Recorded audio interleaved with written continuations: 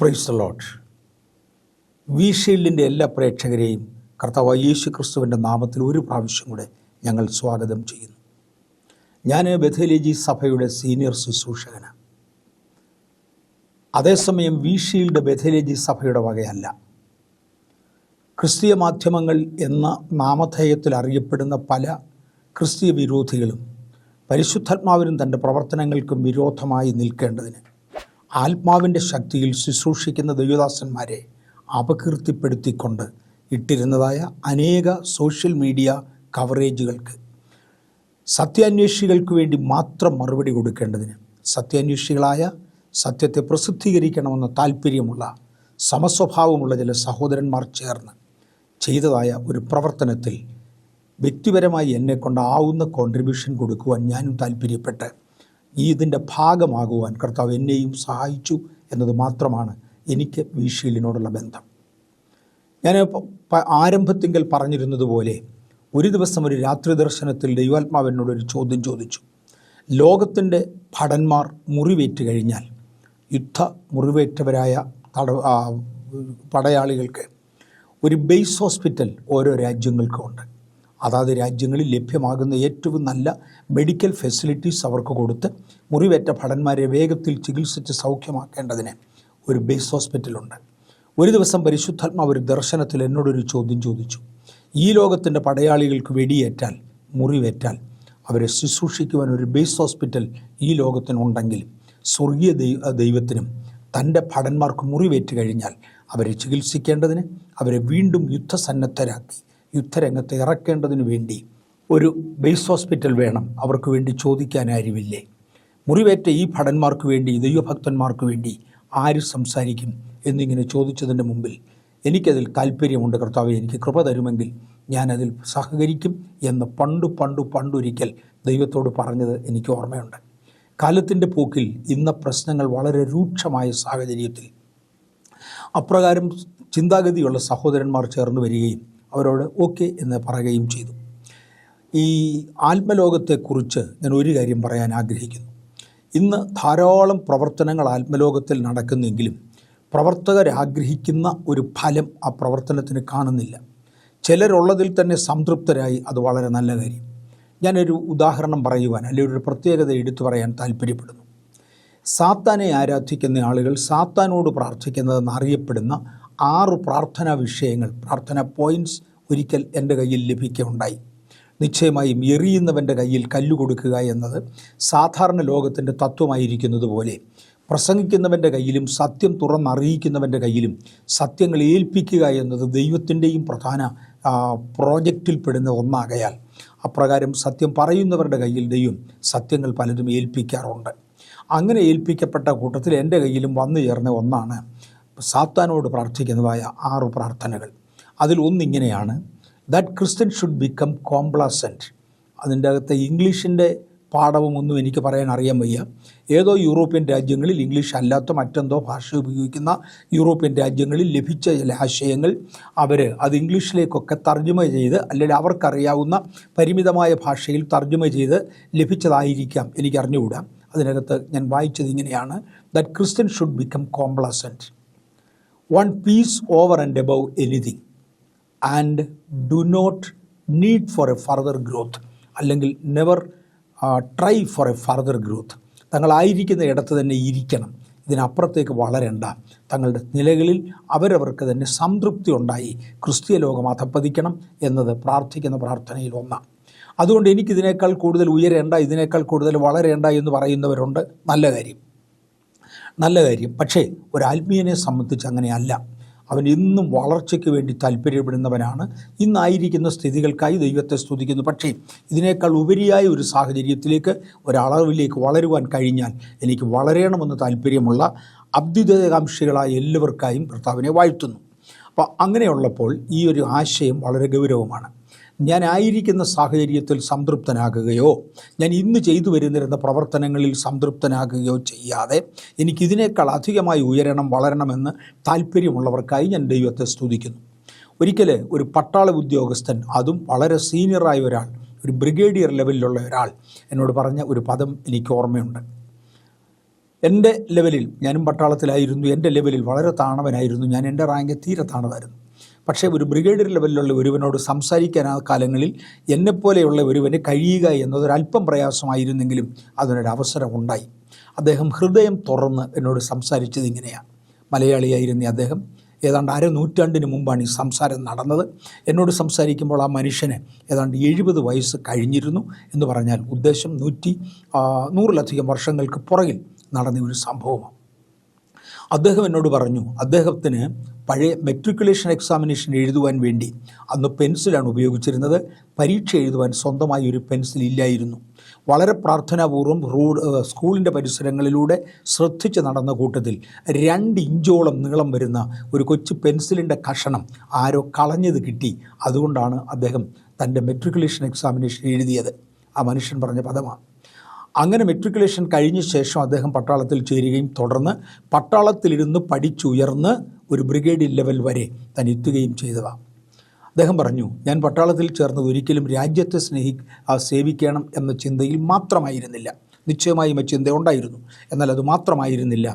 എങ്ങനെയെങ്കിലും പട്ടിണി കൂടാതെ ജീവിച്ചു പോകുകയും എൻ്റെ കുടുംബക്കാർക്ക് ആവശ്യമുള്ള ആഹാരം സമ്പാദിക്കുകയും വേണം എന്ന ആശയത്തിൽ കിട്ടാവുന്നതിലെ ഒരു നല്ല ജോലി, ഒരു ഗവൺമെൻറ് ജോലി എന്ന താല്പര്യത്തിൽ മാത്രമാണ് ആ റോയൽ ആർമിയിൽ താൻ ചേർന്നത്.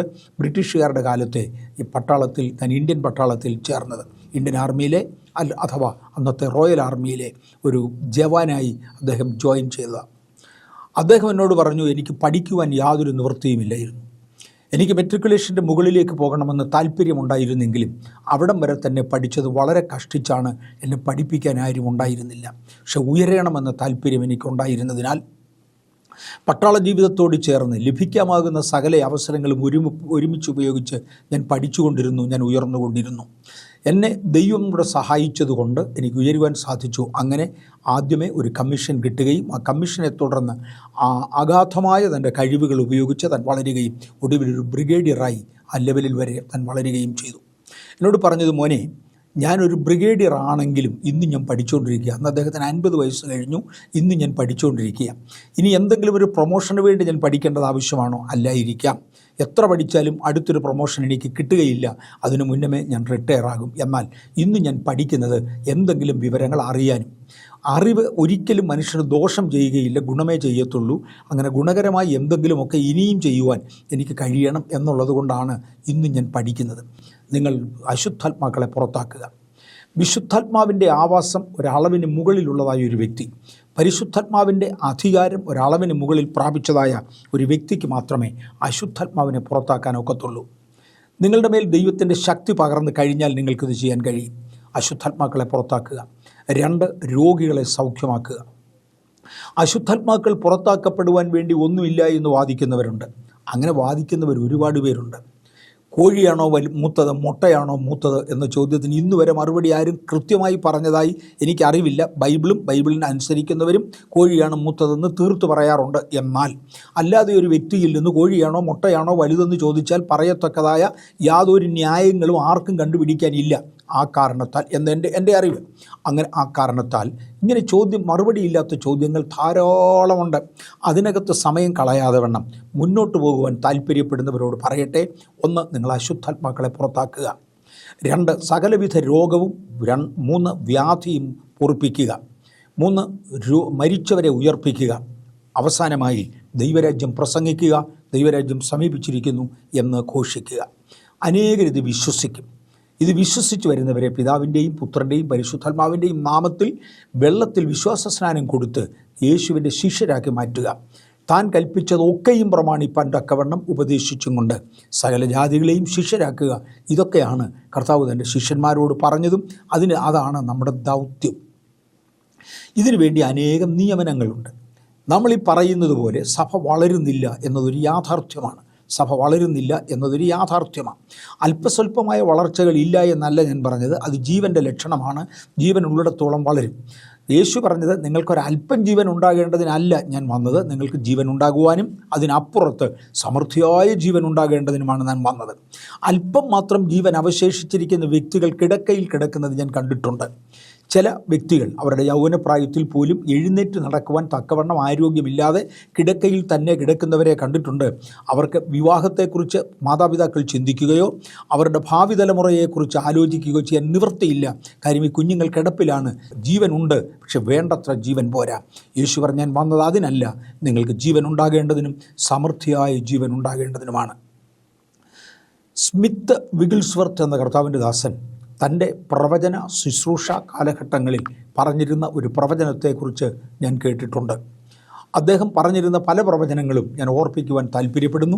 ഞാനും പലയിടങ്ങളിൽ സുവിശേഷം പ്രസംഗിച്ച് നടന്നിരുന്ന കാലങ്ങളിൽ ആരോഗ്യമുണ്ടായിരുന്ന, ഇന്നത്തേതിനേക്കാൾ ഉപരി ആരോഗ്യമുണ്ടായിരുന്ന, യാത്ര ചെയ്യുവാൻ സൗകര്യങ്ങളുണ്ടായിരുന്ന, യാത്രയുടെ നിർബന്ധം എൻ്റെ മേൽ വളരെയധികമായി ഉണ്ടായിരുന്ന, അധികം പ്രവർത്തിച്ചുകൊണ്ടിരുന്ന ആ കാലഘട്ടങ്ങളിൽ ഒക്കെ ഈ ഉദാഹരണങ്ങളും മറ്റും പറഞ്ഞത് എൻ്റെയും ഓർമ്മയിലുണ്ട്.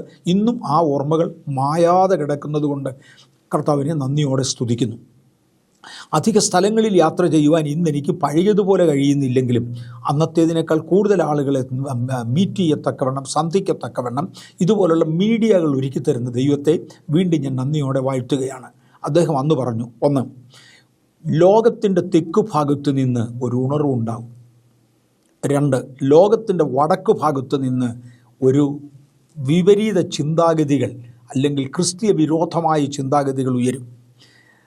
തെക്ക് നിന്ന് ആരംഭിക്കുന്ന ഉണർവ് കത്തിച്ചു ജ്വലിപ്പിച്ചുകൊണ്ട് വർത്തമാനമായിക്കൊണ്ട്, വാചകങ്ങൾ കൃത്യമായി ഞാൻ ഓർക്കുന്നില്ല, എൻ്റെ ആ ആശയം ഇതാണ്, എൻ്റെ ഹൃദയത്തിൽ തറച്ചിരിക്കുന്ന ആശയം ഇതാണ്. ലോകത്തിൻ്റെ തെക്കു ഭാഗത്തു നിന്നാണ് ഇത് പറഞ്ഞത് എന്ന് മറക്കരുത്. ന്യൂസിലൻഡിലുള്ളതായ നോർത്ത് അയർലൻഡിൻ്റെ തെക്കേ അറ്റത്ത് ഒരു പഴയ പള്ളിയുണ്ട്. നൂറ്റാണ്ടിലധികം പഴക്കമുള്ള ആ പള്ളി, അവരുടെ നിയമപ്രകാരം, ന്യൂസിലൻഡിൻ്റെ നിയമപ്രകാരം കൂടെ ഭൂകമ്പങ്ങൾ ഉണ്ടാകുന്ന ആ രാജ്യത്ത് അതുപോലെയുള്ള പഴയ കെട്ടിടങ്ങൾ ഉപയോഗിക്കാൻ പാടില്ല എന്നതുകൊണ്ട് ഇന്നത് തുറക്കുന്നില്ല, അതിനകത്ത് ആരും പോകുന്നില്ല. എങ്കിലും ചില വർഷങ്ങൾക്ക് മുൻപേ ആ പള്ളിയുടെ മുറ്റത്ത് പോയി നിന്നത് എനിക്ക് ഓർമ്മയുണ്ട്. ലോകപ്രസിദ്ധമായ ഒരു പ്രവചനം അവിടെ വെച്ച് നടന്നുവെന്ന കാരണത്താൽ തന്നെ ആ പള്ളി പ്രസിദ്ധമാണ്. ആകയാൽ സ്മിത്ത് വിഗിൾസ്വർത്തിൻ്റെ പേരും ഈ പ്രവചനവും അതിൻ്റെ ഓർമ്മകളും നിലനിർത്തേണ്ടതിന് ആ പള്ളി ഇന്നും ഒരു കാഴ്ച വസ്തുവായി ഭൂമിയിൽ ശേഷിക്കുന്നു. അതിനകത്ത് വെച്ചാണ് സ്മിത്ത് വിഗിൾസ്വർത്ത് ഇത് പറഞ്ഞത്. ആ പള്ളിക്കകത്ത് വെച്ചാണ് പറഞ്ഞത്. ലോകത്തിൻ്റെ തെക്കേ അറ്റത്ത് നിന്ന് ഉണർവ് ആരംഭിക്കും. അത് വ്യാപകമായി വടക്കോട്ട് യാത്ര ചെയ്യും. ലോകത്തിൻ്റെ വടക്കേ അറ്റത്ത് നിന്ന് അതിനെതിരായ ക്രൈസ്തവ വിരുദ്ധ ചിന്താഗതികൾ, ക്രിസ്തു വിരുദ്ധ ചിന്താഗതികൾ, എന്തിന് ദൈവവിരുദ്ധ ചിന്താഗതികൾ ഉയരും. അത് അനേകരെ വീഴ്ത്തി നശിപ്പിച്ചുകൊണ്ട് തെക്കോട്ട് യാത്ര ചെയ്യും. ഇത് അന്ന് അദ്ദേഹം പറഞ്ഞതാണ്.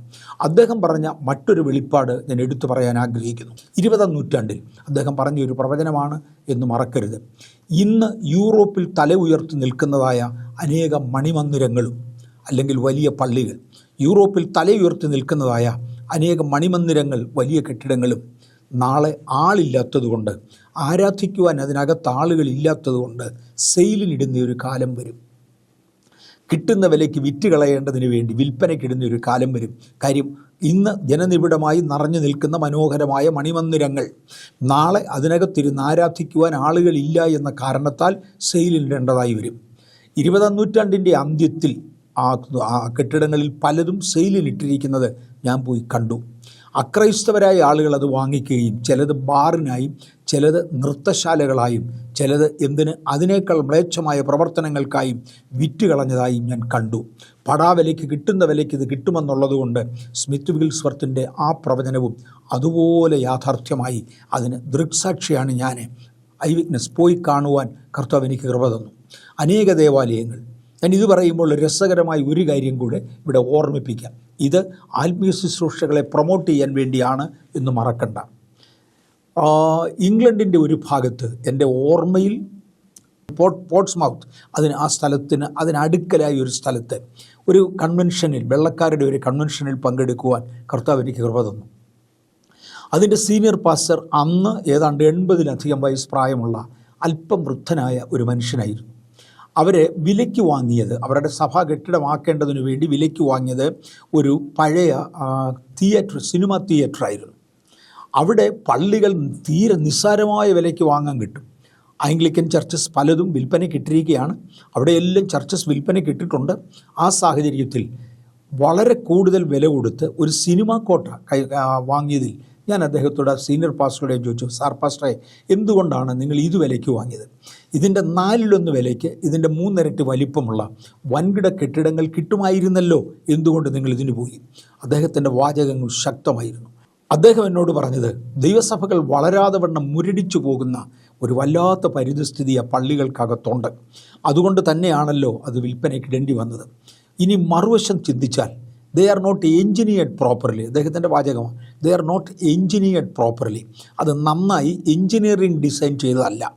കാര്യം പള്ളികൾക്കകത്ത് കൊത്തുപണികൾ കാണിക്കേണ്ടതിനും അവരുടെ കലാഭംഗി വെളിപ്പെടുത്തേണ്ടതിനും വേണ്ടി വലിപ്പമേറിയ തൂണുകൾ കൊണ്ട പള്ളികൾ നിറഞ്ഞിരിക്കുന്നു. പള്ളികൾക്കകത്ത് നിറച്ച ആളുകൾക്കിരിക്കാൻ ഒക്കത്തില്ല, അതിനേക്കാൾ കൂടുതൽ തൂണുകളും ആ തൂണുകൾ മറയ്ക്കുന്നതുകൊണ്ട് ആളുകൾക്ക് നേരിട്ട് സ്റ്റേജ് കാണുവാനുള്ള കഴിവ് കുറവും അതിൻ്റെ ഭാഗമാണ്. നേരെ മറിച്ച് സിനിമ തിയേറ്ററുകൾ എഞ്ചിനീയറിംഗ് ചെയ്തിരിക്കുന്നത്, ഡിസൈൻ ചെയ്തിരിക്കുന്നത്, ദേ ആർ എഞ്ചിനീയർഡ് പ്രോപ്പർലി. ആ എഞ്ചിനീയറിംഗ് ഡിസൈനിൽ കൊടുത്തിരിക്കുന്നത് ഏത് സ്ഥലത്തിരിക്കുന്നവർക്കും സ്റ്റേജ് നേരിട്ട് കാണത്തക്കവണ്ണം. അതിൻ്റെ കലാഭംഗിയേക്കാൾ വലുത് അവർക്ക് ആളുകൾക്ക് സ്റ്റേജ് കാണുവാൻ കഴിയണം എന്നതാണ്. അങ്ങനെ കൊടുത്തിരിക്കുന്നത് കൊണ്ട് സ്റ്റേജ് കാണുവാൻ കഴിയും. അതുകൊണ്ടാണ് വളരെ കൂടുതൽ വില കൊടുത്ത് ഞങ്ങൾ ഈ കെട്ടിടം വാങ്ങി റിന്യൂവറേറ്റ് ചെയ്യേണ്ടി വന്നു.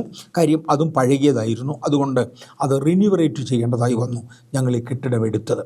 കാഴ്ചപ്പാടുകൾക്ക് ഒരുപാട് വ്യത്യാസമുണ്ട്. നമ്മൾ എന്ത് കാഴ്ചപ്പാട്, എന്ത് ഉദ്ദേശത്തിന് വേണ്ടി, എന്ത് ശൈലിയിൽ, എങ്ങനെയാണ് മുന്നോട്ട് പോകുന്നത്? കലാഭംഗികൾ വെളിപ്പെടുത്തേണ്ടതിനാണോ ദേവാലയങ്ങളുടെ പണി?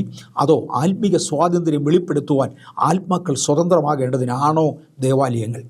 ആരാധനകൾ എന്തിനു വേണ്ടിയാണ്? നമ്മുടെ പ്രൗഢിയും നമ്മുടെ ഗമയും നമ്മുടെ കഴിവും കാണിക്കേണ്ടതിനാണോ അതോ ദൈവകൃപ വെളിപ്പെടുത്തേണ്ടതിനാണോ? ഓരോ ആരാധന എങ്ങനെയാണ് പ്ലാൻ ചെയ്യുന്നത്? ഓരോ പ്രസംഗങ്ങൾ എങ്ങനെയാണ് പ്ലാൻ ചെയ്യുന്നത്? ഇതെല്ലാം ചിന്തിക്കേണ്ടിയിരുന്നു. ഓക്കെ, അദ്ദേഹം പറഞ്ഞു. സ്മിത്ത് വിഗിൾസ്വർത്ത് പ്രധാനപ്പെട്ട ഒരു പ്രവചനം ഇങ്ങനെയാണ് പറഞ്ഞത്, ഞാൻ 2 നദികൾ കാണുന്നു. രണ്ടും പരിശുദ്ധാത്മാവിൻ്റെ നദികൾ തന്നെയാണ്. പക്ഷേ അവ രണ്ടും പാരലലായി സമാന്തരമായി ഒഴുകുകയാണ്. ഒരിടത്തും അത് തമ്മിൽ യോജിക്കുന്നില്ല. അത് സമാന്തരമായി ഒഴുകിക്കൊണ്ടിരിക്കുന്ന 2 നദികളാണ്. ഒന്ന് ദൈവവചനത്തിൻ്റെ ആഴമേറിയ പഠനമാണ്. ദൈവവചനത്തിൻ്റെ ആഴമേറിയ പഠനം പരിശുദ്ധാത്മാവിൻ്റെ വകയാണ്, അതില്ലാതെ ഒക്കത്തില്ല. ഒരു ചെറിയ ലെവലിൽ മാത്രം വിശദീകരിച്ച് നിർത്താവുന്നതല്ല പരിശുദ്ധാത്മാവിൻ്റെ പഠനം, ആഴങ്ങളിലേക്ക് ഇറങ്ങേണ്ടതാണ്. അതെ, അതുപോലെ ഒന്ന് ഞാൻ കാണുന്നു. രണ്ടാമത്തെ നദി പരിശുദ്ധാത്മാവിൻ്റെ കൃപാവരങ്ങളാണ്. അതിനകത്ത് പ്രവചനങ്ങൾ, രോഗസൗഖ്യങ്ങൾ, ഭൂതശാന്തികൾ മുതലായി അനേക കൃപാവരങ്ങൾ ജ്വലിക്കുന്നതാണ്. കൃപാവരത്തിൻ്റെ നദിയാണ്. ഈ 2 നദിയും പാരലായി തുല്യ അകലം സൂക്ഷിച്ച് ഒഴുകിക്കൊണ്ടിരിക്കുകയാണ്. പക്ഷേ ഇവ തമ്മിൽ കൂട്ടിമുട്ടുന്നില്ല. അദ്ദേഹം പറഞ്ഞ പദം ഇതാണ്, നൂറ്റാണ്ടിൻ്റെ മറിച്ചിലിൽ. അദ്ദേഹം പറഞ്ഞ പദം ഇതാണ്, നൂറ്റാണ്ടിൻ്റെ മറിച്ചിലിൽ. ഇന്ന് ജനനിബിഡമായിരിക്കുന്ന ക്രൈസ്തവ ദേവാലയങ്ങൾ ആരാധിപ്പാൻ ആളുകളില്ലാത്തതിനാൽ സെയിലിനിട്ട് വിറ്റുപോകുന്ന കാലം, ആ കാലഘട്ടമാകുമ്പോൾ ഈ 2 നദികൾ തമ്മിൽ കൂട്ടിച്ചേരും. അഥവാ ആഴമേറിയ പരിശുദ്ധാത്മാവിൻ്റെ പ്രവർത്തനങ്ങളും കൃപാവരങ്ങളുടെ ശുശ്രൂഷയും അതുപോലെ തന്നെ തിരുവചനത്തിൻ്റെ പഠനവും ഒരുമിച്ച് പോകുന്ന ഒരു കാലം വരും. ഞാൻ ഓർക്കുന്നു, ഞാൻ രക്ഷിക്കപ്പെടുന്ന ആ കാലഘട്ടങ്ങളിൽ, ഇന്നേക്ക് ഏതാണ്ട് 60 വർഷങ്ങൾക്ക് പുറകിലാണ്, ശക്തിയേറിയ വചനധ്യാനം പെന്തക്കോസ്തൽ വിഭാഗങ്ങളിൽ ഞാൻ കേട്ടിട്ടുണ്ട്. മാർത്തോമാ മുതലായ സഭകളിലും സുവിശേഷ വിഹിത സഭകളിൽ വളരെ ഗൗരവമായ തിരുവചന പ്രസംഗങ്ങളും വചനത്തിൻ്റെ വ്യാഖ്യാനങ്ങളും ഞാൻ കേട്ടിട്ടുണ്ട്. ആഴമായ വചന പഠനം അന്ന് നിലവിലിരുന്നു. അതെ, ദൈവവചനത്തിൻ്റെതായ ഒരു ബ്രാഞ്ച് അല്ലെങ്കിൽ ആ ഒരു നദി ഗൗരവമായി ഒഴുകി. ശക്തന്മാരായ കർത്തൃദാസന്മാർ പ്രസംഗങ്ങളും ഖണ്ഡന പ്രസംഗങ്ങളും പന്തലുകൾ തോറും മാറി മാറി നടത്തുമ്പോൾ കേട്ടുകൊണ്ടിരിക്കുന്ന ആർക്കും ദൈവവചനത്തിൻ്റെ യാഥാർത്ഥ്യങ്ങൾ മനസ്സിലാകത്തക്കവണ്ണം ആഴമേറിയ പ്രസംഗങ്ങളായിരുന്നു അവ നല്ല ദൈവവചന ധ്യാനമായിരുന്നു. അതേസമയം തന്നെ അല്പനാളുകൾക്ക് ശേഷം ശക്തമായ കൃപാവരങ്ങളുടെ ശുശ്രൂഷ ഞാൻ കണ്ടിട്ടുണ്ട്. പിറവിക്കുരുടരുടെ കണ്ണു തുറക്കുന്നത്, ചെകിടരുടെ ചെവി തുറക്കുന്നത്, മുടന്തി നടക്കുന്നവർ എഴുന്നേറ്റ് നടക്കുന്നത് മുതലായി അനേകതും ഞാൻ കണ്ടിട്ടുണ്ട്. പ്രവചനങ്ങൾ ഗൗരവമായി പ്രവചിക്കുന്നത്, ഒരു വ്യക്തി അടച്ചിരിക്കുന്ന സൂട്ട് കേസിനകത്ത് ഏതൊക്കെയോ വസ്തുക്കൾ വെച്ചുകൊണ്ട് ഒരു പ്രവാചകയുടെ അടുക്കൽ വരുമ്പോൾ ഞാൻ അവിടെ ഉണ്ട്. ആ പ്രവാചകി പറഞ്ഞ പദം എൻ്റെ ഓർമ്മയിലുണ്ട്. ഞാൻ ആളുകളുടെ പേരൊന്നും പുറത്തു കൊണ്ടിരുന്നില്ല. ഇന്ന് ഈ ഒരു സന്ദേശത്തിൽ ആരുടെയും പേരുകൾ പുറത്തു കൊണ്ടിരുന്നില്ല. ആ പ്രവാചക അന്ന് പറഞ്ഞ ഒരു പദം എൻ്റെ ഓർമ്മയിലുണ്ട്. എന്നേക്കാൾ ചെറുപ്പക്കാരനായ ഒരു മനുഷ്യനാണ് അന്ന് ഈ അടച്ച ബ്രീഫ് കേസുമായി ആ ഭവനത്തിൽ എത്തുന്നത്. അവർ പറഞ്ഞു, നിൻ്റെ ബ്രീഫ് കേസ് തുറന്നാൽ മുകളിലിരിക്കുന്ന ഫയൽ ഇന്ന കോളേജിൽ കൊടുക്കേണ്ടതിനുള്ള ആപ്ലിക്കേഷൻ ഫോംസാണ്.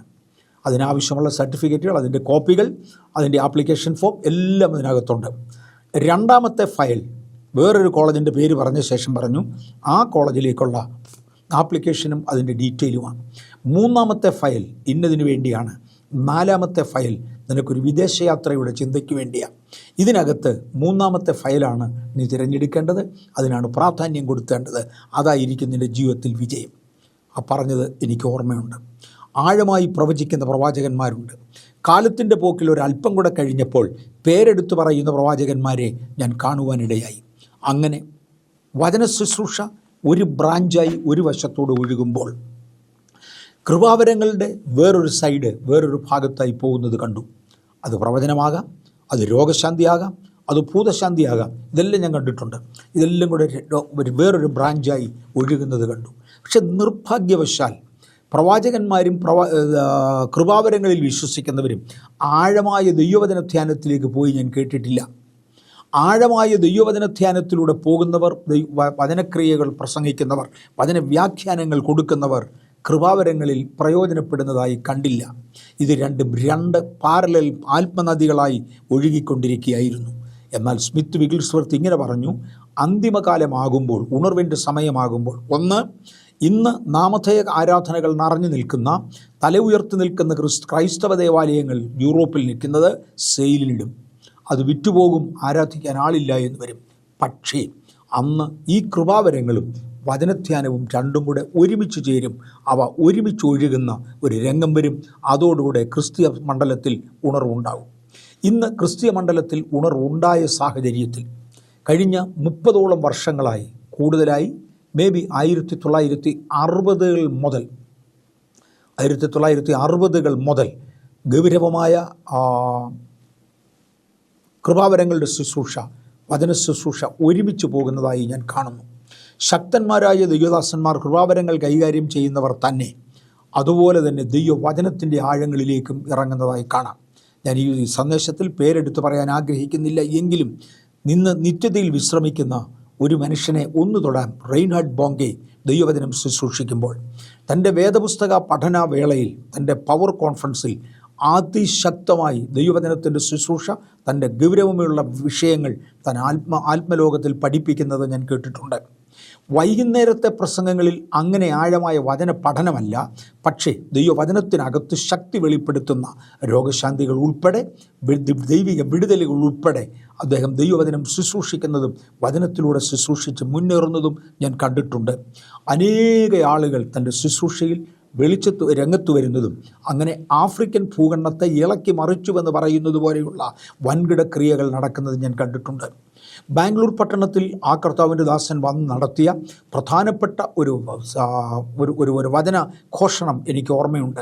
അതിൻ്റെ പകൽ സെക്ഷനുകളിൽ ഞാൻ അദ്ദേഹത്തിൻ്റെ ഡീപ്പ് ബൈബിൾ സ്റ്റഡി കേൾക്കുവാൻ കർത്താവ് ഇടയാക്കി. രാത്രികളിൽ വളരെ വളരെ ഡീപ്പായ ദൈവവചന ധ്യാനവും അതോട് ചേർന്നുള്ള രോഗശാന്തി ശുശ്രൂഷകളും കാണുവാനും അതിൽ ഭാഗവാക്കാകുവാനും കർത്താവ് ഇടയാക്കി. ബാംഗ്ലൂർ സഭയിൽ, എൻ്റെ സഭയിൽ നടന്ന ആ വലിയ ഉണർവിൻ്റെ പിമ്പിൽ അദ്ദേഹത്തിൻ്റെ പ്രവർത്തനങ്ങൾക്കും ആ കൺവെൻഷനും പ്രത്യേക സ്ഥാനമുണ്ട് എന്ന് ഞാൻ ഓർക്കുന്നു. അത് മുഖേന വിടുവിക്കപ്പെട്ട പലരും അന്ന് ദൈവകൃപയിൽ ആശ്രയിച്ച് കർത്താവിലേക്ക് വരുന്നത് കാണുവാൻ ഇടയായി. രണ്ട് ശുശ്രൂഷകൾ ഒരുമിച്ച് പോകുകയാണ്. ഇവിടെ ദൈവവചനം ശുശ്രൂഷിക്കുന്നവർക്ക് എന്തുകൊണ്ടോ അല്ലാത്തവരോട് അത്ര സന്തോഷമല്ല. മാത്രവുമല്ല, കൃപാവരങ്ങളിൽ ശുശ്രൂഷിക്കുന്നവർക്ക്, ദൈവവചനം മാത്രം ശുശ്രൂഷിക്കുന്നവരോട് ഒരു അവജ്ഞയും തോന്നാറുണ്ട്. കർത്താവ് അവരെ അല്പം കൂടെ ശക്തീകരിച്ചിരുന്നെങ്കിൽ നിങ്ങൾക്ക് കൃപാവരങ്ങൾ കൈകാര്യം ചെയ്യാൻ കഴിയുമായിരുന്നല്ലോ എന്ന ഒരു ചിന്ത അവർക്കുണ്ട്.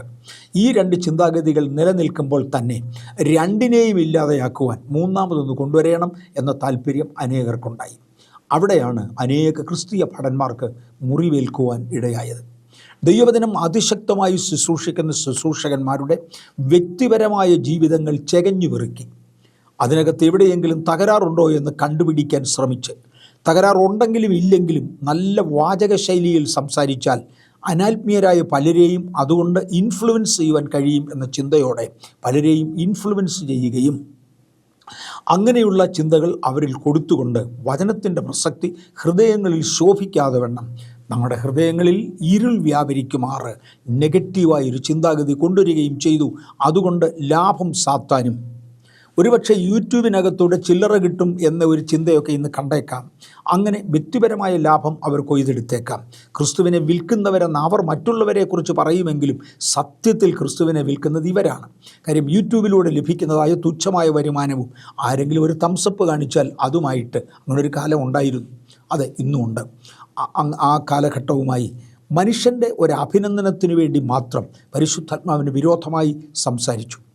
പലപ്പോഴും പഠിച്ചിട്ടും സത്യത്തിൻ്റെ പരിജ്ഞാനം പ്രാപിക്കാത്ത പെണ്ണുങ്ങളെ വശത്താക്കുന്നവരെന്ന് തിരുവചനത്തിൽ പരിശുദ്ധാത്മാവ് ഉപയോഗിക്കുന്ന ഭാഷാശൈലിയോട് ചേരുന്നത് പോലെ വെറും പെണ്ണുങ്ങൾ മാത്രമല്ല, വചനത്തിൽ എഴുതിയിരിക്കുന്നത് അങ്ങനെ തന്നെയോ എന്ന് ചിന്തിപ്പാൻ കഴിവില്ലാത്ത ആണിൻ്റെ ലുക്കുള്ള, പെണ്ണിൻ്റെ സ്വഭാവമുള്ള, അല്ലെങ്കിൽ അവിടെ ഉദ്ദേശിച്ചിരിക്കുന്ന പെണ്ണുങ്ങൾ എന്ന് ഉദ്ദേശിച്ചിരിക്കുന്നത് സ്ത്രീയെന്നോ പുരുഷനെന്നോ അല്ല, പകരം ഒരു സ്വഭാവത്തെ കുറിക്കുന്നതാണ്. ഒരു ചാബല്യ സ്വഭാവമുള്ളവരെ തൽക്കാലത്തേക്ക് വശീകരിപ്പാൻ കഴിഞ്ഞെന്നോ വന്നേക്കാം. ഇപ്രകാരം പോകുന്നതാണ് ഞാൻ കണ്ടത്. അതുകൊണ്ട് ദൈവത്തിൻ്റെ വ്യത്യസ്തമായ നിയോഗങ്ങളും നിയമനങ്ങളും ഒന്ന് ചിന്തിക്കുവാൻ കർത്താവിൻ്റെ കൃപയിൽ ഞാൻ ശരണപ്പെടുന്നു. ദൈവം ആളുകളെ നിയമിക്കുമ്പോൾ വ്യത്യസ്ത നിയമനങ്ങൾക്ക് വേണ്ടി ജനത്തെ വിളിച്ചതായി കാണാം. വിവിധ വിളികൾ, പലതരം നിയമനങ്ങൾ.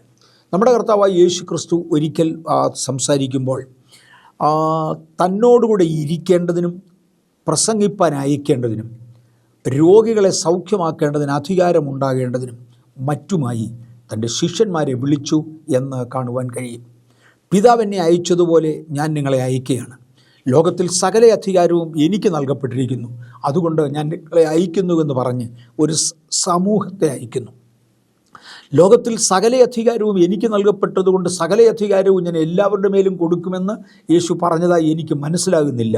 പകരം നിങ്ങളിൽ 10 പേരെ ഞാൻ അയക്കുമ്പോൾ, അല്ലെങ്കിൽ 12 പേരെ ഞാൻ അയക്കുമ്പോൾ, 15 പേരെ ഞാൻ അയക്കുമ്പോൾ, കുറയ്ക്കണ്ട, 300 പേരെ ഞാൻ അയക്കുമ്പോൾ, 500 പേരെ ഞാൻ അയക്കുമ്പോൾ എല്ലാ അധികാരവും അതിൽ ഓരോരുത്തർക്കും കൊടുക്കുമെന്നല്ല, എല്ലാവർക്കും കൊടുക്കുമെന്നല്ല, ഏതെങ്കിലും ചില അധികാരങ്ങൾ വീതം ഞാൻ ഓരോ വ്യക്തികൾക്കും അയക്കുന്നു എന്ന ഒരാശയം അതിനകത്തുണ്ട്.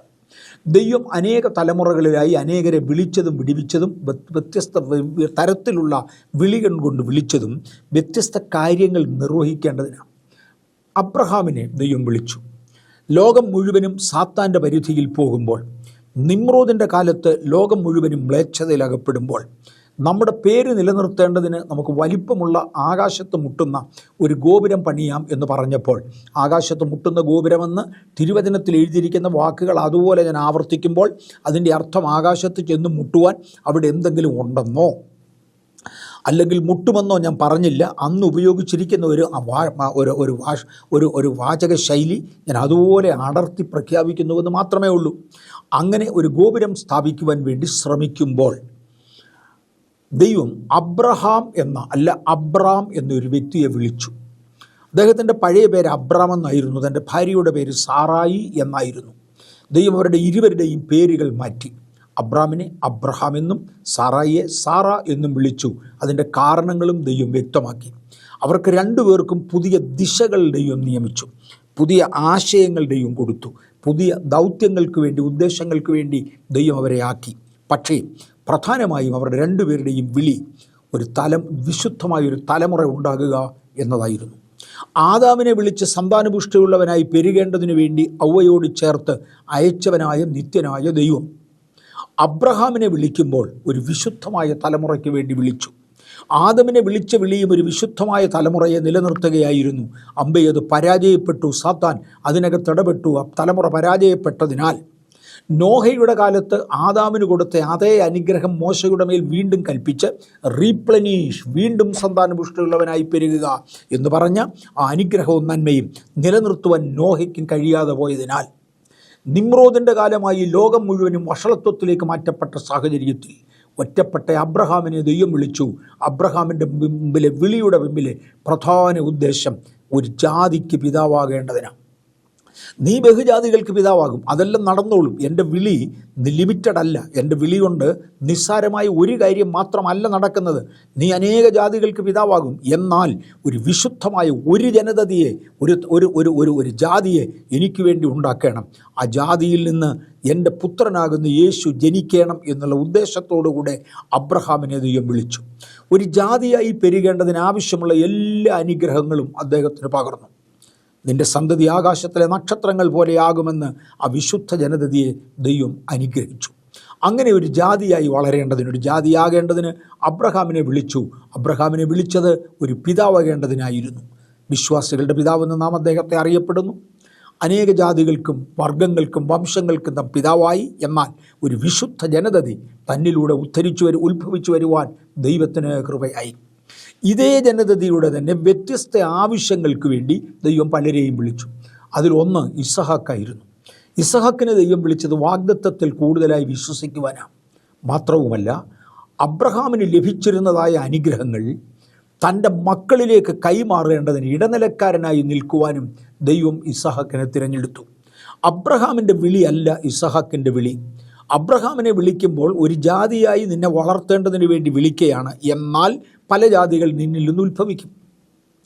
ബഹുവംശങ്ങൾക്ക് നീ പിതാവാകും. ഇസഹാക്കിനെ വിളിക്കുമ്പോൾ ബഹുവംശങ്ങൾക്ക് പിതാവാകാൻ വേണ്ടി അല്ല വിളിച്ചത്. പകരം ദൈവികമായ വിളിയും അനുഗ്രഹവും അടുത്ത തലമുറയെ ജനിപ്പിച്ച തലമുറയ്ക്ക് കൈമാറേണ്ടതിനും ആ തലമുറയുടെ മേൽ ഈ അനുഗ്രഹങ്ങൾ വർഷിക്കേണ്ടതിനും വിശ്വാസത്തിൻ്റെ ശക്തിയേറിയ നിലകൾ എടുക്കേണ്ടതിനുമാണ് ദൈവം ഇസഹാക്കിനെ വിളിച്ചത്. തുടർന്ന് ദൈവം യാക്കോബിനെ വിളിച്ചു. മൂന്നാം തലമുറയുള്ള യാക്കോബിനെ വിളിച്ചു. യാക്കോബിനെ വിളിച്ചത് രാഷ്ട്രം പണിയേണ്ടതിനാണ്. അബ്രഹാമിനെക്കുറിച്ച് ദൈവം ഉദ്ദേശിച്ചിട്ടുള്ള രാഷ്ട്രത്തിൻ്റെ പണിക്ക് പല ജാതികൾ നിന്നിൽ നിന്ന് ഉത്ഭവിക്കുമ്പോൾ, അതെ, ജാതികൾ ഉത്ഭവിക്കേണ്ടതിന് ഒരു ഇസ്മായേൽ അബ്രഹാമിൽ നിന്ന് തന്നെ ഉണ്ടായി, അതവിടെ നിൽക്കട്ടെ. പക്ഷേ അതൊരു വിശുദ്ധ ജാതിയായി ദൈവം കണക്കാക്കിയില്ല. ഒരു വിശുദ്ധ ജാതിയെ ഉളവാക്കേണ്ടതിന് വേണ്ടി 12 ഗോത്രങ്ങൾക്ക് ജനനം കൊടുക്കേണ്ടതിന് വേണ്ടി യാക്കോബെ നിന്നെ വിളിക്കുക. അബ്രഹാമിൻ്റെ വിളിയുടെ ലക്ഷ്യമല്ല യാക്കോബിൻ്റെ വിളിയുടെ ലക്ഷ്യം. ഇന്ന് പകൽക്കാലം വിളിക്കപ്പെട്ട ഓരോ ദൈവ പൈതലും വ്യത്യസ്ത ലക്ഷ്യങ്ങൾക്ക് വേണ്ടി ഒരേ പർപ്പസിലേക്കാണ് ഇവരെല്ലാവരും പോകുന്നത്. എന്നാൽ അതിൻ്റെ വ്യത്യസ്ത ആവശ്യങ്ങൾക്ക് വേണ്ടിയാണ് എന്ന് മറക്കരുത്. അദ്ദേഹത്തിൻ്റെ മകനായ യോസെഫിനെ ദൈവം വിളിക്കുമ്പോൾ വളർത്തേണ്ടതായ 12 വംശങ്ങളെ, ഗോത്രങ്ങളെ വളരാൻ സാധ്യതയുള്ള ഇടത്ത് വളർത്തേണ്ടതിന് ദൈവം ജോസഫിനെ തിരഞ്ഞെടുത്തു. ജോസഫെ, അങ്ങയുടെ വിളി ഒരു തലമുറ ഉണ്ടാകേണ്ടതിനല്ല, പകരം ഉളവായ തലമുറകളെ, ഒരു ഗോത്രം ഉണ്ടാക്കേണ്ടതിനല്ല, പകരം ഉളവായ ഗോത്രങ്ങളെ. അങ്ങയുടെ ജീവിതത്തിലും അബ്രഹാമിൻ്റെ വിളി പകർന്നതിനാൽ അങ്ങയുടെ കയ്യിൽ നിന്നും 1-2 ഗോത്രങ്ങൾ ഉണ്ടാകും, സംശയമില്ല. പക്ഷെ ഗോത്രങ്ങൾ ഉണ്ടാക്കുവാനുള്ള വിളി അങ്ങയുടെ പിതാവിനാണ്. ജനതയെ വളർത്തേണ്ടതിനുള്ള വിളി വല്യപ്പച്ചനാണ്. എന്നാൽ ജോസഫെ, അങ്ങയ്ക്കൊരു ഉദ്ദേശമുണ്ട്. അങ്ങയെക്കുറിച്ച് ദൈവം ആഗ്രഹിക്കുന്നത് ക്ഷാമകാലത്ത് ഈ ജനം നശിച്ചു പോകാതെ അവർക്ക് ആഹാരം കൊടുക്കേണ്ടതിന്, ഈ ജനത്തെ വളരേണ്ടതിന് ആവശ്യമുള്ള സാഹചര്യങ്ങളിൽ ആക്കേണ്ടതിനാണ്. ഫറവോൻ്റെ മേലും ഒരു വിളിയുണ്ട്, മറക്കരുത്. ഫറവോൻ്റെ മേലും ഒരു വിളിയുണ്ട്. ഇന്ന് പരിശുദ്ധാത്മാവിന് വിരോധമായി നിൽക്കുന്നവൻ്റെ മേലും ഒരു വിളിയുണ്ട്. നമ്മുടെ യൂദായുടെ മേലൊരു വിളിയുണ്ടല്ലോ. യൂദാ ഇല്ലെങ്കിൽ യേശു ക്രിസ്തുവിൻ്റെ ക്രൂശീകരണം നടന്നേനെ. പക്ഷെ ഇന്ന് നടന്നതുപോലെ ആയിരിക്കില്ല, രൂപം മാറിയായിരുന്നിരിക്കാം വന്നത്. ഇന്ന് കാണുന്ന രൂപത്തിൽ അത് നടക്കേണ്ടതിന് യൂദായുടെ മേലും ഒരു വിളിയുണ്ട്. ഉടയവനെ ഒറ്റുകയായിരുന്നു യൂദായുടെ മേലുള്ള വിളി. പരിശുദ്ധാത്മാവിന് വിരോധമായി പ്രവർത്തിക്കുകയാണ് യൂദാമാരുടെ മേലും ഉള്ള വിളി എന്ന് മറക്കണ്ട. അങ്ങനെ ഓരോ വിളി ഓരോരുത്തർക്കുണ്ട്. ഫറവോൻ്റെ മേലൊരു വിളിയുണ്ട്. ഫറവോനെ, അങ്ങയുടെ മേലുള്ള വിളി പറയാം, ഈ ജനത്തെ പീഡിപ്പിക്കുക. ഇന്ന് ജനം വളർന്നു കഴിഞ്ഞു. അവർ നിൻ്റെ ദേശം വിട്ടു പോകുവാൻ ആവശ്യത്തിനുള്ള വളർച്ചയായി. ഈ സാഹചര്യത്തിൽ ഈ ജനം പോകത്തില്ല. അവർ നിൻ്റെ നാട്ടിൽ തന്നെ അങ്ങ് ഇരിക്കാൻ താല്പര്യപ്പെടും. എനിക്കും അങ്ങനെയാണ്. ഞാൻ വളർന്നു വന്ന ചുറ്റുവട്ടങ്ങളോട് എനിക്ക് പ്രത്യേകതയുണ്ട്. ഞാൻ വളർന്നു വന്ന ചുറ്റുവട്ടങ്ങളിൽ ഇരിക്കാൻ കഴിയുമെങ്കിൽ ഇരിക്കണം എന്നൊരു താല്പര്യമുണ്ട്.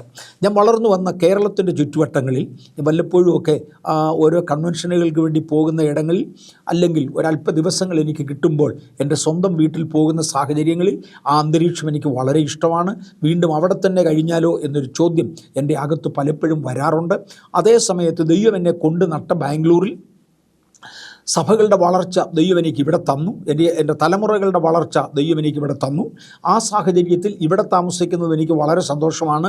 അതുകൊണ്ട് ഞാനിവിടെ താമസിക്കുന്നു. എന്നാൽ ഇന്നും വളർന്നു വന്ന ചുറ്റുവട്ടങ്ങളോട് എവിടെയെങ്കിലും, ഞാൻ ലോകത്തിൽ ഒരുപാട് രാജ്യങ്ങളിൽ പോയിട്ടുണ്ട്, അമേരിക്കയിൽ താമസിക്കത്തക്കവണ്ണം, സെറ്റിലാകത്തക്കവണ്ണം അവിടെ ക്രമീകരണങ്ങൾ ചെയ്യുവാൻ പലരും തയ്യാറായിരുന്നു എൻ്റെ ചെറുപ്പകാലത്ത്, ഇപ്പോഴല്ല.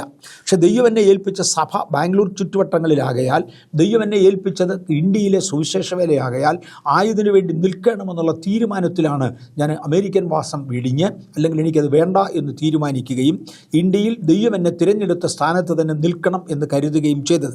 അതുകൊണ്ട് ദൈവത്തിൻ്റെ കരുണയാൽ ഒരു സഭയുടെ വളർച്ചയ്ക്ക് കാരണമായി ഇന്ന് വീഷീൽഡിലും വരുവാൻ കർത്താവ് ഇടയാക്കി തീർത്തു. ദൈവത്തിനു വേണ്ടി പ്രവർത്തിക്കുവാൻ കർത്താവ് എനിക്ക് ഇട തന്നു. ഫറവോനെ, അങ്ങയുടെ ലക്ഷ്യം ഈ ജനത്തെ ഇവിടുന്ന് പോകത്തക്കവണ്ണം നിർബന്ധിക്കുക. ഈ ജനത്തിന് ഈ പ്രദേശം ഇഷ്ടമാണ്. ഇന്ന് ഇറങ്ങിപ്പോകാൻ ഞാൻ അവരോട് ആവശ്യപ്പെട്ടാൽ അവർ പോകത്തില്ല. പക്ഷെ അവരെ കൊണ്ടുപോകണമെങ്കിൽ നീ അവരെ പീഡിപ്പിക്കണം.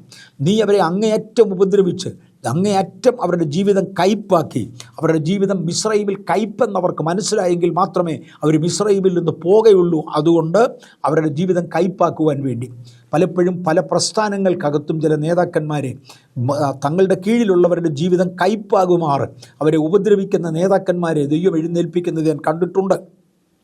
അതവരുടെ വിധിയാണ്. എന്തുകൊണ്ടാണ് അവരിതിനേക്കാൾ നല്ല വേറൊരു സമൂഹത്തിൽ ചേരേണ്ടവരാണ്. അവരിതിനേക്കാൾ നല്ല വേറൊരു സഭയിൽ, വേറൊരു സമൂഹത്തിൽ, വേറൊരു സംഘടനയിൽ, വേറൊരു വിശ്വാസത്തിൽ പോകേണ്ടതാണ്. ആകയാൽ അവരുടെ ജീവിതം കയ്പാകുമാർ അവരെ മുഷിപ്പിക്കുവാൻ വേണ്ടി ദൈവമാക്കിയവരുണ്ട്. ഫറവോൻ്റെ വിളി അടിമയാക്കി പോകേണ്ടതിന് വേണ്ടി ജനത്തിൻ്റെ ജീവിതത്തെ കയ്പാക്കാനായിരുന്നു. അതേസമയം ദൈവം മോശയെ വിളിച്ചു. മോശെ, അങ്ങ് എന്തിനു വേണ്ടിയാണ് വിളിച്ചത്? അബ്രഹാമിനെ വിളിച്ചപ്പോൾ ജനതയായി അവരെ വളർത്തേണ്ടതിനാണ്. ഇസഹാക്കിനെ വിളിച്ചത് ജനതയായി അവരെ വളർത്തേണ്ടതിനാണ്. യാക്കോബിനെ വിളിച്ചത് ഗോത്രങ്ങളായി അവരെ പിരിച്ചു വളർത്തേണ്ടതിനാണ്. ജോസഫിനെ വിളിച്ചത് അവർക്ക് പാർക്കേണ്ടതിന് വേണ്ടി ഒരു ഇടം ഒരുക്കുവാനാണ്. ഞാൻ ഫറവോനെ അയച്ചത് ആ ഇടത്തു നിന്ന് അവരെ ഓടിക്കേണ്ടതിന്, അവരുടെ ജീവിതം കയ്പാക്കാനാണ്. മോശേ, അങ്ങയുടെ മേലുള്ള വിളിയോ ഈ ജനത്തെ ഞാൻ കൊണ്ടുപോകാൻ ആഗ്രഹിക്കുന്നതായ സ്ഥലത്ത് അവരെ എത്തിക്കേണ്ടതിന്, അവരെ പുറപ്പെടുവിക്കേണ്ടതിന്. എല്ലാം ഒരു ജനതയ്ക്ക് വേണ്ടിയാണ്, എല്ലാം ഒരു ജനതയ്ക്ക് വേണ്ടിയാണ്. എന്നാൽ വ്യത്യസ്ത അപ്പോയിൻമെൻറ്റ് വ്യത്യസ്ത വ്യക്തികൾക്ക് കൊടുക്കുന്നതായി കാണാൻ കഴിയും. പുതിയ നിയമത്തിലും ഇങ്ങനെയാണ്. അനേക വ്യക്തികൾക്ക് വ്യത്യസ്തമായ അപ്പോയിൻമെൻറ്റ്സ്. ചിലരെ പ്രവാചകന്മാരായി വിളിച്ചു, ചിലരെ ഉപദേഷ്ടാക്കന്മാരായി വിളിച്ചു, ചിലരെ രോഗശാന്തിക്കാരായി വിളിച്ചു, ചിലരെ വീര്യപ്രവർത്തികൾക്കായി വിളിച്ചു, ചിലരെ അവരുടെ ജീവിതം കയ്പാക്കാനായി, ദൈവജനത്തിൻ്റെ ജീവിതം കയ്പാക്കാനായി വേറെ ചിലരെ വിളിച്ചു. ഇന്ന് പകൽക്കാലം നമ്മുടെ വിളി യോഗ്യമായ വിളിയെങ്കിൽ അതിനകത്ത് നിൽക്കാനും, അയോഗ്യമായൊരു വിളിയാണെങ്കിൽ ദൈവമേ ഇതിനേക്കാൾ നല്ലതൊന്നും എനിക്ക് തരണമേ എന്ന് ദൈവത്തോട് പ്രാർത്ഥിക്കുവാനും ദൈവസന്നിധിയിൽ ഏൽപ്പിക്കപ്പെടുവാൻ ഞാൻ ആഗ്രഹിക്കുന്നു. ഞാൻ എൻ്റെ പ്രിയപ്പെട്ടവരോട് പറയാൻ ആഗ്രഹിക്കുന്നു. ഞാൻ ഒന്നുകൂടെ ആവർത്തിക്കാം. വീഷീൽഡ് എന്ന പ്രസ്ഥാനം മുറിവേറ്റ ഭടന്മാരെ ചികിത്സിക്കേണ്ടതിനാണ്. മുറിവേൽക്കപ്പെടുവാൻ കാരണങ്ങൾ എന്താണെന്നും അതിനകത്ത് മുറിവേറ്റുപോയവർക്ക് എൻ്റെ കരസ്പർശനത്താൽ അവരെ ഒന്ന് തലോടുവാൻ കഴിയുമെങ്കിൽ, അവർക്കൊരാശ്വാസം കൊടുക്കുവാൻ കഴിയുമെങ്കിൽ എന്ന് കരുതിയുമാണ് ഞാൻ. നിങ്ങളുടെ ജീവിതത്തെ ആരെങ്കിലും മുഷിപ്പിക്കുന്നതായി നിങ്ങൾക്ക് തോന്നിയാൽ ഇതിനേക്കാൾ ഉയർന്ന പദവിയിലേക്ക് മാറുക.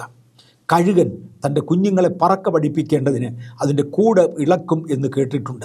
ചിലരുടെ ജീവിതത്തിൻ്റെ കൂടുകളൊക്കെ ഇളക്കിയെങ്കിൽ മാത്രമേ അവരെ പറക്ക പഠിപ്പിക്കാൻ കഴിയുകയുള്ളൂ എന്ന് കണ്ട തള്ളക്കഴുകന് തുല്യമായി നിൽക്കുന്ന, തള്ളക്കഴുകനോട് കർത്താവ് തന്നെ ഉപമിച്ചിരിക്കുന്ന ദൈവത്തിൻ്റെ മഹാകരുണയിലും കൃപയിലും നിങ്ങളെ ഏൽപ്പിച്ചുകൊണ്ട്, കർത്താവേ, ഇന്ന് മുറിവേറ്റതായ ഈ പ്രിയപ്പെട്ടവർ അവരിയ്ക്കുന്ന ഇടങ്ങൾ വിട്ട് ഇതിനേക്കാൾ ഉയരങ്ങളിലേക്ക് ഉയരുവാൻ, ഇതിനേക്കാൾ ഉന്നതികളിലേക്ക് കയറുവാൻ അവരെ സഹായിക്കണമേ എന്ന് ഞാൻ പ്രാർത്ഥിക്കട്ടെ.